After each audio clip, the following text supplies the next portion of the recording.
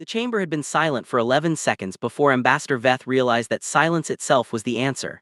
She had expected an argument. She had prepared for negotiation. The Conclave's legal team had drafted 17 contingency responses to 17 possible human objections, each one refined over 4 months of interstellar transit, each one anticipating a different shade of human desperation or defiance. What none of them had anticipated was this: the human delegate, a woman named Coordinator Mara Olin, setting down her translation earpiece on the table with a small, careful click, folding her hands and saying nothing at all. The document between them was 300 pages long. Its final paragraph contained a demand that had never before been issued to any spacefaring civilization in 4,000 years of conclave governance. Veth had expected the humans to argue about it. She had expected them to stall, to posture, to appeal to galactic law. She had expected them to do anything except sit quietly and look at her with an expression she could not, for reasons that deeply disturbed her, decode. The silence stretched to 14 seconds, then 15. Veth noticed that Olin's hands were not trembling. She noticed that the two human observers seated behind Olin, a young man with a scar across his jaw and an older woman whose hair had gone entirely white, were not exchanging glances the way frightened subordinates typically did. They were watching Veth. All three of them were watching Veth in a way that made the ambassador feel, for the first time in a distinguished 40-year diplomatic career, that she was the one who had walked into an unfamiliar room. She told herself this was irrational. The Conclave had 47 member civilizations. Humanity had been spacefaring for barely 130 years. The document on the table represented the collective decision of a governing body whose oldest member civilization predated human writing. Veth was not the one in an unfamiliar room. She told herself this clearly and precisely, and the silence continued, and Coordinator Olin's expression did not change. And for reasons Veth could not immediately explain, the ambassador felt the first cold edge of something she would not call fear because she was a professional, but which moved through her the way fear moved. "You've read the document," Veth said finally. Her translator rendered it in Terran standard with perfect fidelity. "Twice," Olin said. "Then you understand the Conclave's position." "I understand what the document says," Olin replied, and there was something in the precision of that phrasing, the gap between what the document said and what the Conclave's position actually was, that Veth filed away and decided to examine later. "The demand is non-negotiable," Veth said. "The full disclosure and transfer of all human weapons systems, active or archived, conventional or experimental, including any systems currently in development, to a Conclave-managed repository pending review. The Conclave Security Commission will assess each system and determine what, if anything, is returned. Compliance is required within 90 days. "I know," Olin said, and... Olin picked up her earpiece from the table and turned it over in her fingers, not to put it on, just to hold it. She looked at it for a moment the way someone looks at an object they have decided to stop pretending they need. "We'll need some time to discuss it," she said. "The Conclave, not with you," Olin said. "Internally, we'll need some time to discuss it internally." She stood, and so did her two observers, with a smoothness that Veth noticed was not the smoothness of people who had rehearsed the gesture but of people who had stopped needing to rehearse anything. "We'll contact you by end of week." She left the translation earpiece on the table. Veth watched them go. She sat in the chamber for a long time afterward, surrounded by her legal team, and none of them said anything, and the silence was entirely different from the silence before. Because before, Veth had thought the humans were speechless. Now she was no longer sure who had been silent at whom. The formal request had originated from an incident 40 months earlier that the Conclave's internal communications referred to as the Keyleth Margin event, and that humanity, Veth had since learned, referred to by a completely different name whose translation did not map cleanly onto any language in the Conclave database. The closest rendering was something like the quiet, or possibly the patience, or in certain dialects the waiting that was not waiting. The ambiguity was deliberate, the Conclave's linguistic analysts had concluded. They had concluded this without quite being able to explain what exactly had been deliberate about it. The event itself had been documented by 3 Conclave observation vessels stationed in the Keyleth Margin for a routine cartographic survey. The human colony ship Perseverance had been traveling through the same region when it encountered a debris field from a Veth military engagement 2 years prior, an engagement that the Conclave had classified, and in the formal language of interstellar governance, resolved. The debris field contained 3 live munitions of Veth manufacture, each one carrying a payload sufficient to reduce a moon to slag. What the Perseverance had done with those munitions was what had generated the request. The observation vessels had watched. They had recorded everything with a thoroughness their crews would later describe in depositions as making them uncomfortable in retrospect. The Perseverance had not destroyed the munitions, which would have been the logical response. It had not called for conclave assistance, which would have been the expected response. It had not altered course to avoid the debris field, because two of the munitions were on the edge of a proximity trigger threshold, and any course change of sufficient magnitude would have detonated them. What it had done was spend 19 days in the debris field. 19 days. Veth had looked at that number many times, and it did not become more comprehensible with repetition. The Perseverance carried 4,200 colonists and a crew of 300. For 19 days, using equipment that was by conclave standards primitive and by human standards apparently ordinary, the crew had moved through the debris field with the 3 live munitions and done something to each of them that the observation vessels had recorded but whose purpose the analysts had not 4 months later fully agreed upon. The result was that the munitions no longer functioned, not because they had been destroyed. Because something had been done to their interior architecture that made the observers feel, when they reviewed the footage, that the munitions had been reasoned with. This was not a technical description. It was the word a junior analyst had used in a preliminary report and which had been struck from the official version, and which Veth had read in the preliminary version because she was thorough, and which had not entirely left her thinking since. The Perseverance had then continued to its destination. The Conclave Security Commission had seen the footage and convened an emergency session. The footage showed humans doing things to weapons systems they should not have had the technical capacity to do, using methods the Commission's weapons experts had described variously as unprecedented, improvised, and in one memorable phrase that had also been struck from the official record, deeply creative in a way that implies they have thought about this before. The demand for full weapons disclosure had been the Commission's unanimous recommendation. It had seemed at the time like the rational response. Mara Olin sent her response on the 4th day, not the 7th. Veth had anticipated the humans would use the full time allowed, and the early response was the first of several details about the following weeks that she filed and returned to repeatedly. The response was brief. It acknowledged the conclave's demand. It said that the matter was being given full consideration at the highest levels of human governance. It said that Coordinator Olin looked forward to continued dialogue. It did not say yes. It did not say no. It said, in the precise and careful language of someone who knows exactly what they are saying and exactly what they are not saying, that the conversation was continuing.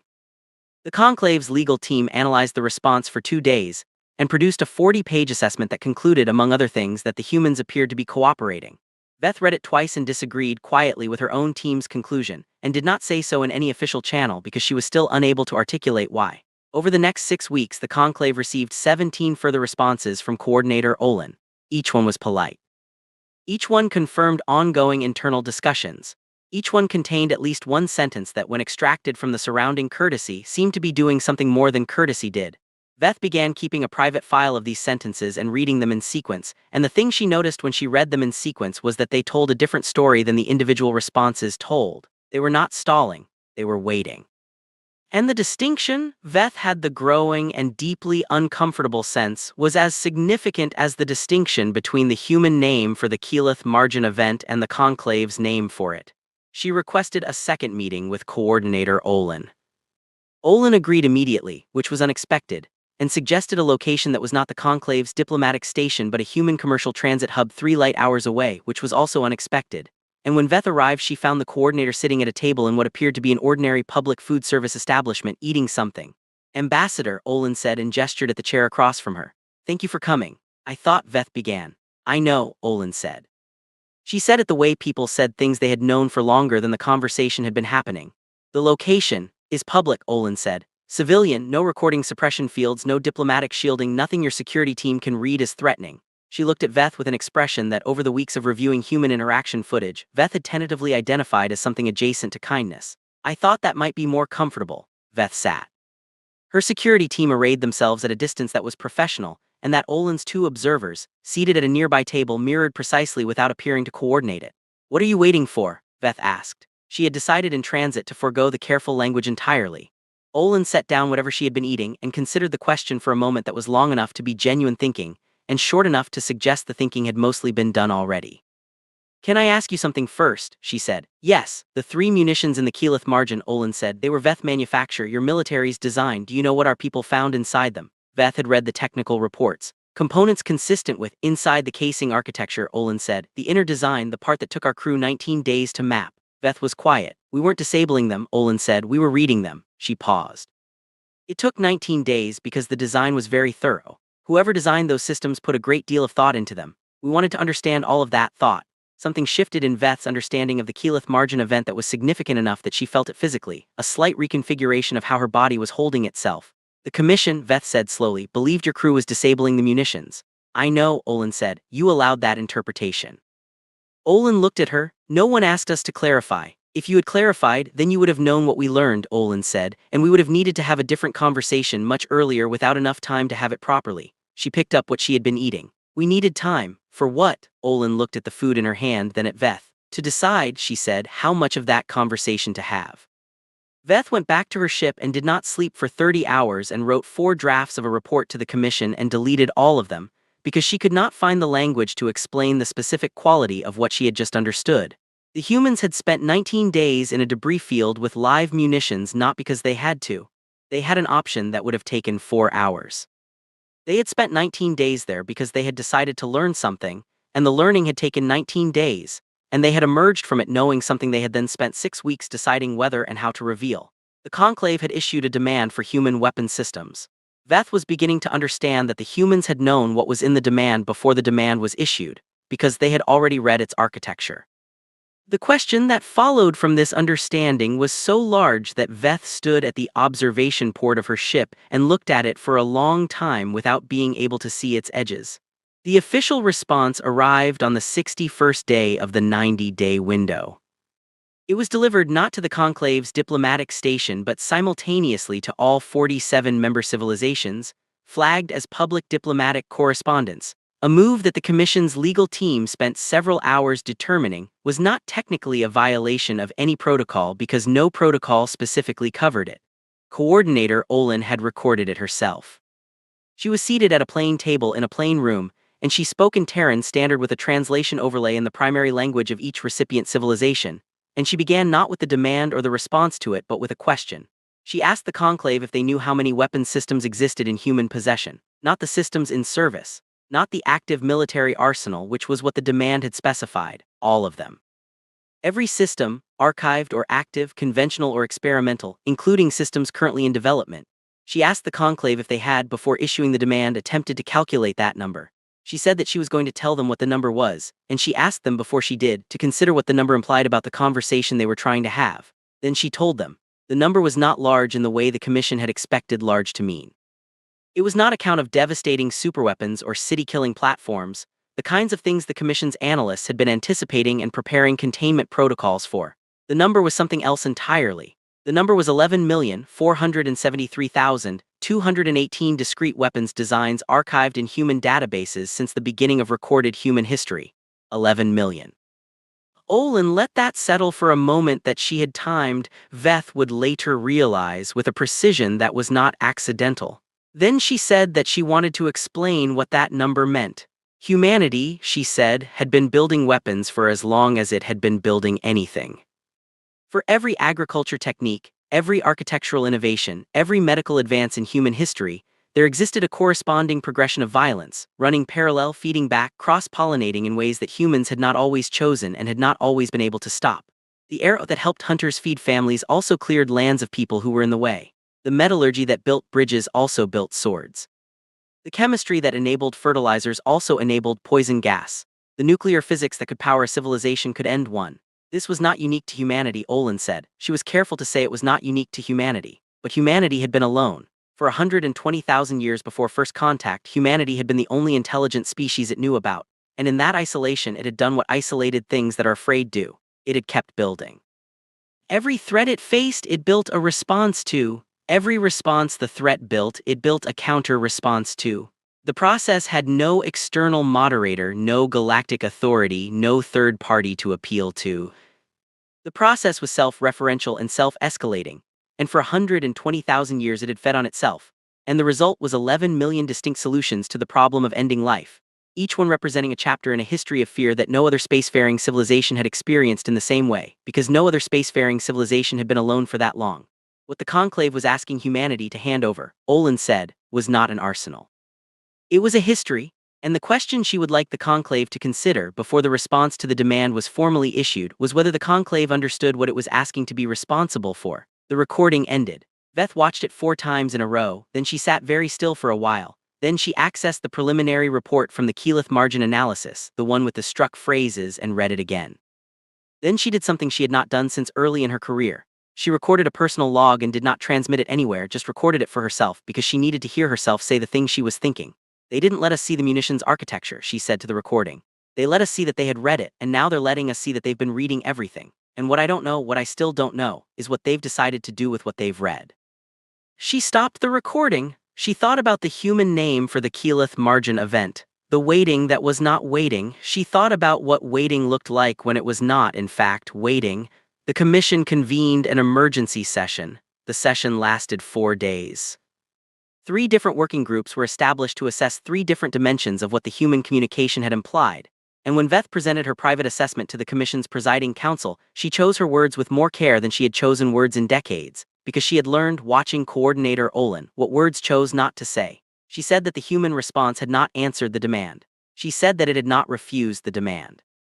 She said that it had, in her assessment, restructured the demand, had taken the commission's framing of weapons as objects to be transferred and replaced it, quietly and precisely, with a different framing.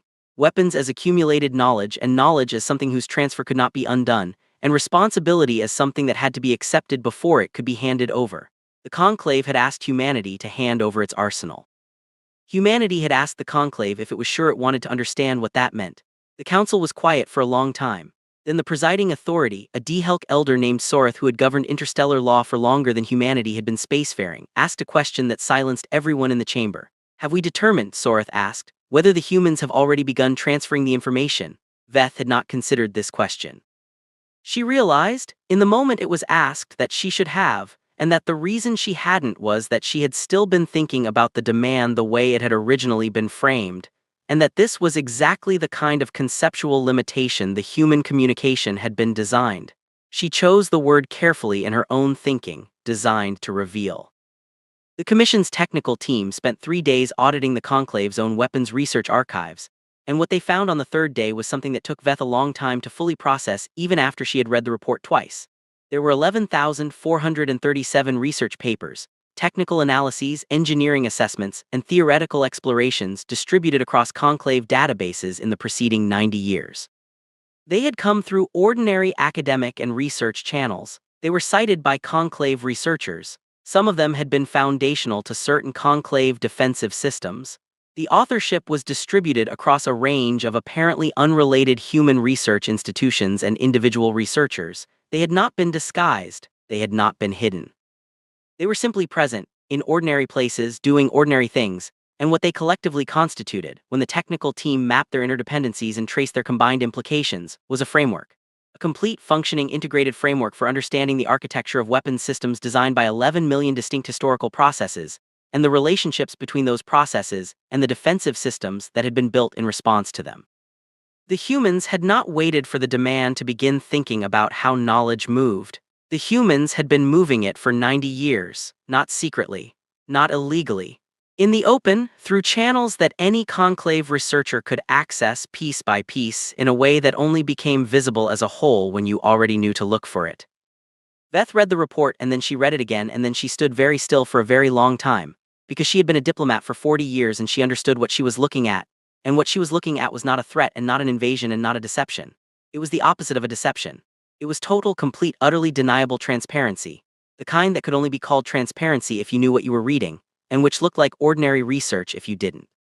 The conclave had asked humanity to hand over its arsenal. Humanity had already been doing it, not as weapons, as understanding, piece by piece through academic channels for 90 years, in a way that gave the conclave's own researchers the tools to understand the framework without ever being told they were being given the tools, and which could therefore not be refused, contained, or redirected, because you cannot refuse knowledge that you have already used to build your own systems. Veth went back to the chamber where she had first met coordinator Olin and sat in the same chair she had sat in and looked at the table. 11 seconds of silence. She had thought the silence was hesitation. The second formal meeting between Veth and coordinator Olin happened not because Veth requested it but because Olin did, which was a distinction that felt important in ways Veth was still calibrating. The location this time was the conclave diplomatic station, Olin's choice. The young man with the scar was there again, and the older woman with white hair, and Veth had requested profiles on both of them and received files that were thorough, and which told her something she had not expected. The young man was a structural engineer who specialized in damage assessment, and the older woman was a historian whose primary area of study was the long-term institutional consequences of disarmament treaties. Neither of them was, in any formal sense, a weapons expert or a diplomat or a security professional. Beth thought about this during the transit. She thought about what it meant to bring a damage assessor and a disarmament historian to a meeting about weapons. "You knew about the research framework," Beth said when they were seated. "Yes," Olin said, "you knew we would find it. We knew you would find it when you were ready to look," Olin said, "which is different." The Commission believes the framework constitutes a form of unauthorized technology transfer. The Commission can make that argument, Olin said. There are researchers at 17 conclave institutions who will find it very interesting, since their own published work cites the framework papers extensively. Beth had known this. She had known it before coming, and she had come anyway because there was a question she needed to ask, and she had not been able to find a way to ask it through any other channel. "What do you want?" she asked. Olin looked at her.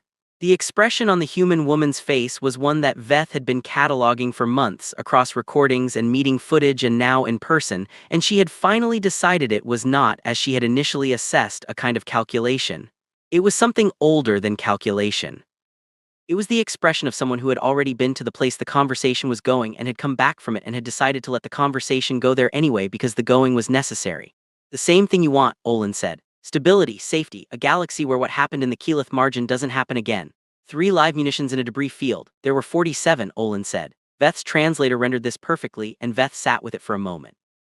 "The report said 3. The Conclave's observation vessels detected 3, Olin said. Our crew found 47, the other 44 were at configurations the observation vessel's sensors weren't calibrated to detect." She paused. "We disarmed all 47. The documentation is in one of the framework papers. It's not labeled as Keyleth margin documentation. You'd have to know what you're looking for. 47, not 3, 47.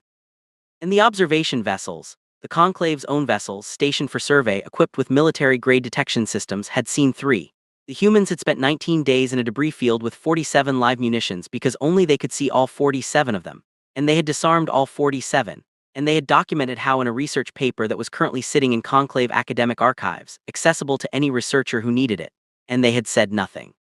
They had not said, "Your observation vessels have a calibration gap." They had not said, "We found more than you could see." They had not filed an incident report. They had gone into the debris field and done the work and come out the other side and continued to their destination, and the documentation existed for anyone who was ready to look for it. "The calibration gap," Veth said slowly. "Our sensors are very good," Olin said. "The gap is narrow, but it's there." She met Veth's eyes. "We didn't put it there?" "No," Veth said. "You found it." "We find things," Olin said simply. "It's what we do. It's what 120,000 years of being alone and afraid teaches you to do. You look for what's there, not just what you expect to be there." Veth thought about the Commission's demand, the full disclosure and transfer of all human weapons systems, the confidence behind it. The certainty that the humans would be overwhelmed by the weight of conclave authority, that compliance was inevitable, that the only question was timing. "If we had pushed the demand," Veth said, "if we had enforced it at 90 days, we would have complied," Olin said. "With what?" The human coordinator was quiet for a moment that felt to Veth like the edge of something very large. "That," Olin said, "was the question we spent 6 weeks deciding whether to answer." The older woman, the historian, whose name was Dr. Kala Ren, spoke for the first time in the meeting. "Ambassador," she said, "may I ask what the Commission believes it would do with 11 million weapons designs?" Veth looked at her. "Assess them, contain them, ensure they couldn't be deployed without conclave oversight." "Over what period of time?" The Commission estimated 5 to 10 years for initial assessment. Ren nodded slowly in the way of someone who has done the corresponding calculation many times. "In 5 to 10 years," she said, "the Commission would understand perhaps 12 to 15% of the designs, the ones that translate most cleanly into conclave technical frameworks, the ones that map onto weapons architectures the Commission's experts already recognize." She paused. "The others would be sitting in a repository, archived, accessible. In a facility staffed by researchers who would spend years slowly building enough context to understand what they were looking at." "The Commission's experts are very good," Ren said, the echo of Olin's phrasing deliberate. "But context is not expertise. Context is history. The Commission's experts would have the designs without the 120,000 years of fear that generated them. Without the accumulated scar tissue of every civilization that ever encountered one of those designs on the wrong end of it. Without understanding why each one was built, what it was built in response to, what it was designed to make impossible." She folded her hands on the table. "What you would have, Ambassador, is a repository of answers to questions you don't know to ask." Veth thought about the framework papers in conclave archives. The way they had moved knowledge piece by piece in context, attached to the reasoning that made the knowledge meaningful rather than just dangerous. "And what the framework papers do," Veth said slowly, "is give context before content," Ren said. Build the vocabulary before the text arrives. Ensure that whoever receives the information receives it already knowing enough to understand it rather than merely possessing it. The framework papers, Veth said, they weren't the transfer. They were the preparation for the transfer. Olin and Ren were quiet. You've been preparing us, Veth said. For 90 years, you've been building the contextual architecture in conclave research before sending anything that would require that architecture to understand safely. We've been having the conversation, Olin said, in the only form the conversation can safely take. The young man with the scar, the damage assessor, said his first and only words of the meeting. His name was Tarek. Veth had not addressed him and he had not volunteered himself, and when he spoke it was quietly, almost to himself, except that the room was silent enough that everyone heard it.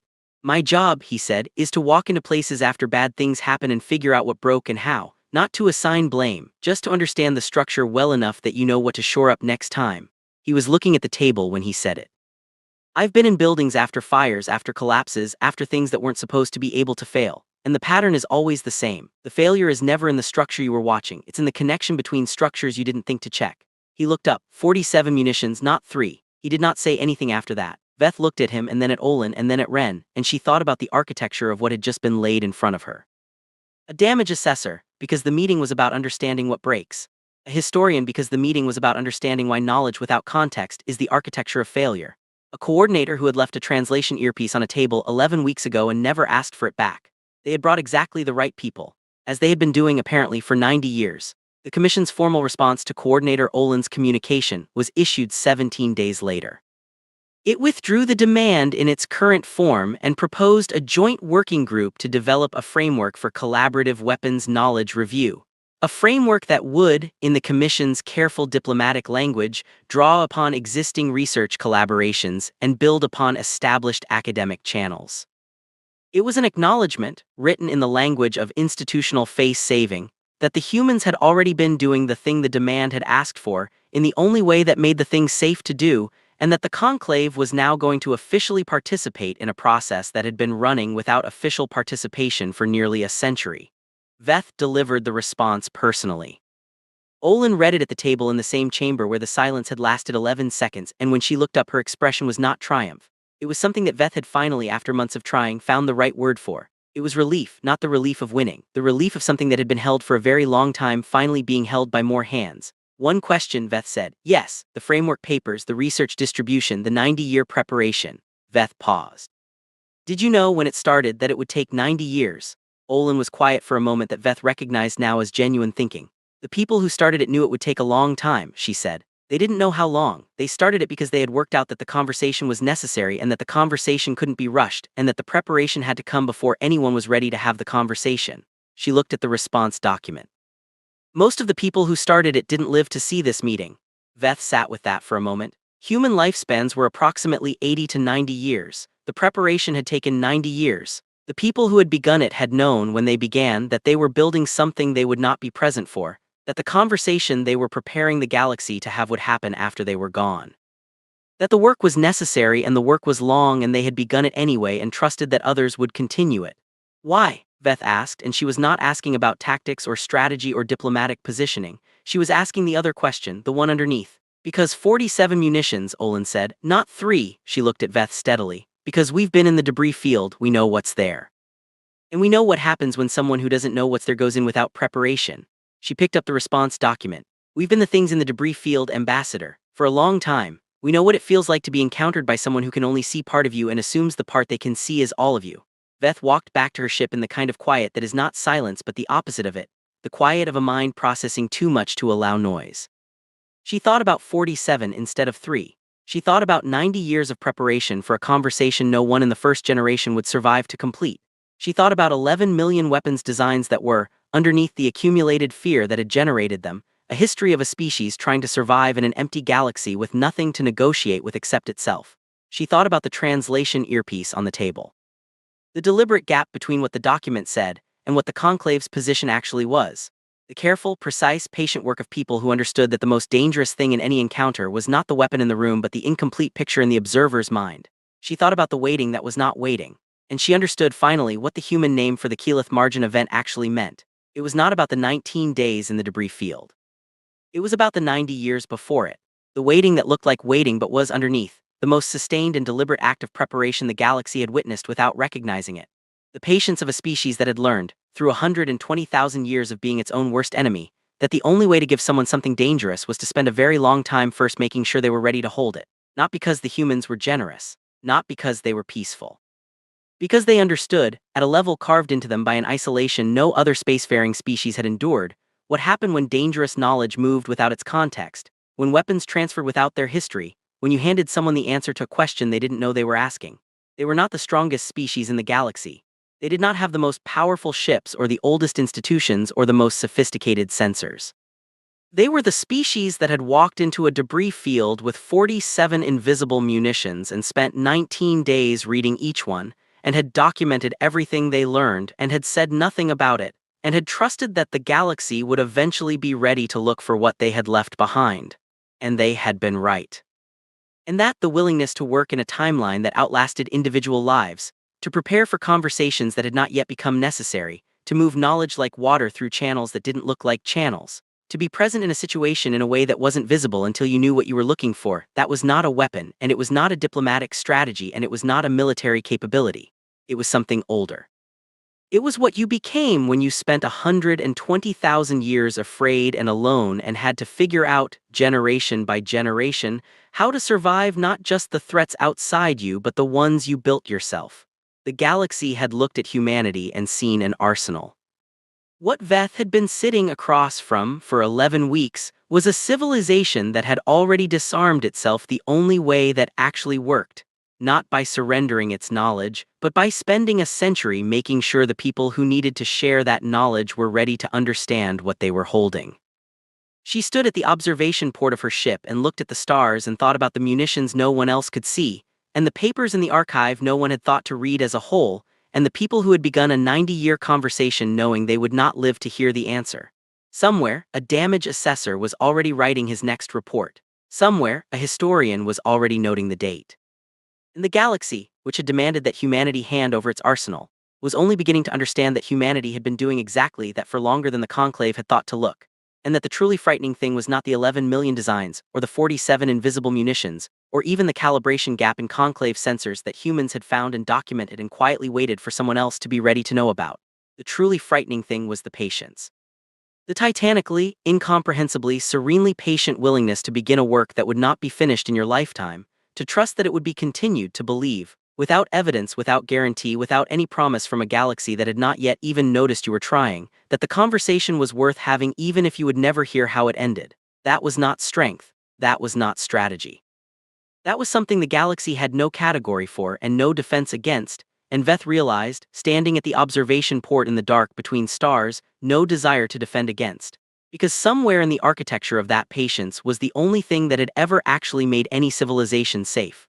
The knowledge that some things were worth starting even when you wouldn't survive to finish them. And the humans, alone in their debris field for 120,000 years, had learned that lesson so deeply it had become the structure of everything they built, including the careful and unhurried work of teaching it to everyone else.